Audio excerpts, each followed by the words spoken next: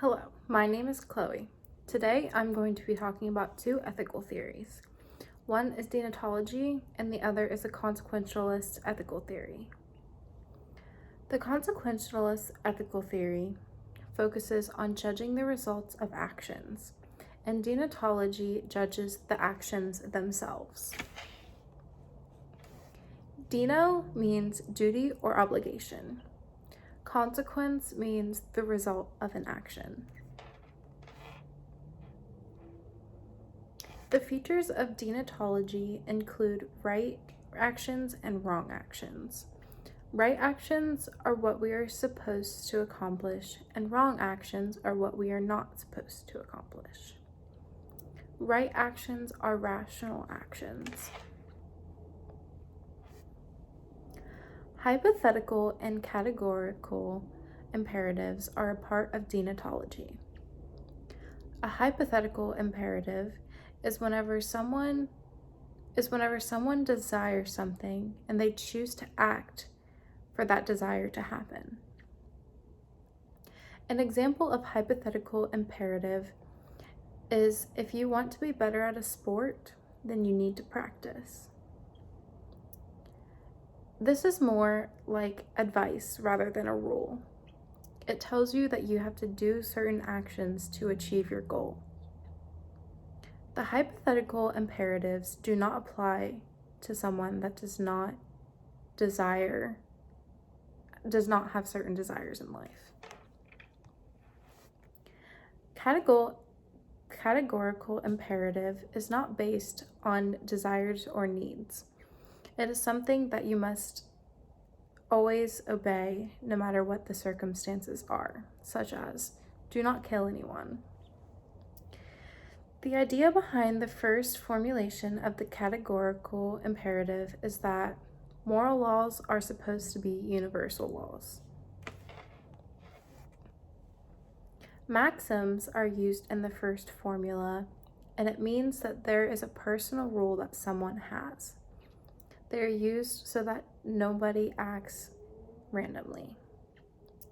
An example of a maxim is, when I am confused on what to do during a soccer drill, I'll ask my coach to repeat it until I fully understand what I am supposed to be doing.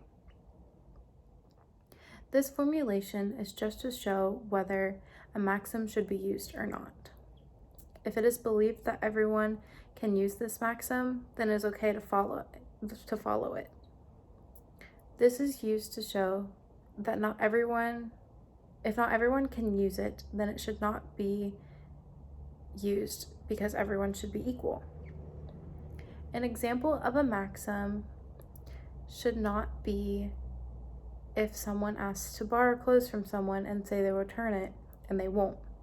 That should not be universalized. The second formulation of categorical imperative is that everyone should be treated with dignity and respect. People should not be used as tools because they are not things.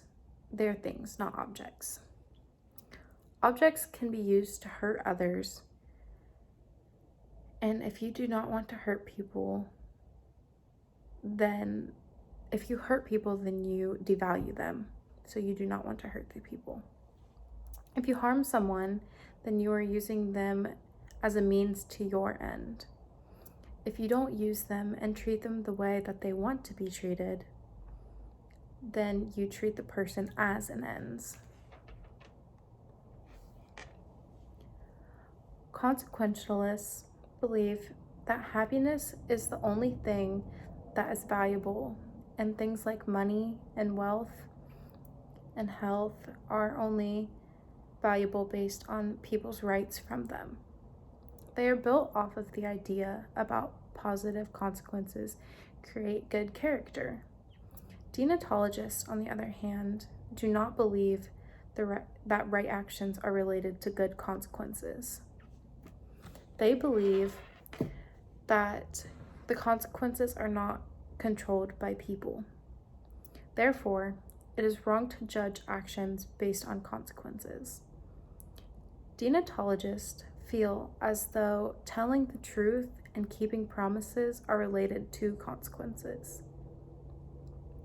Through the consequentialist mindset, killing and torturing is intuitively wrong and can possibly be justified if it has good consequences.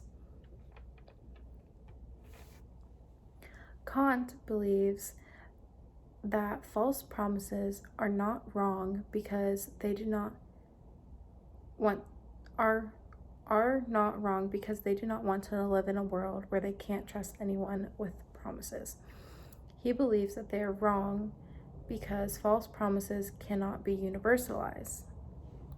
Kant also believes there are contradictions with maxims, such as how someone might want to universalize not helping other people.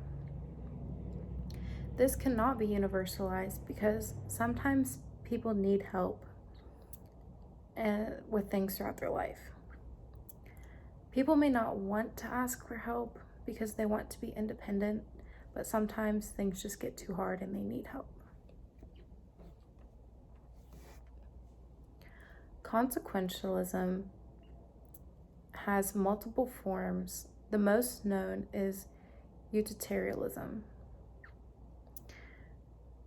This compares the results of the consequence to the action. Consequentialists value what is right. This is determined by their morals. Consequentialism is commonly criticized because all acts are either forbidden or required. There is no choice for partiality, which is why it is believed to be alienating.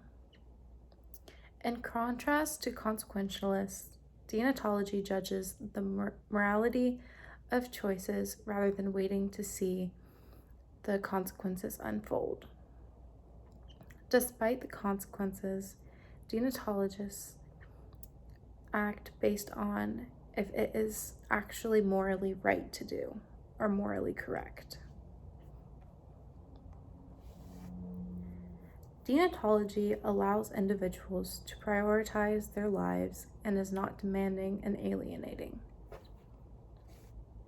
Some deontological approaches are consequences do not justify the means, and the way that you make decisions is what makes it moral.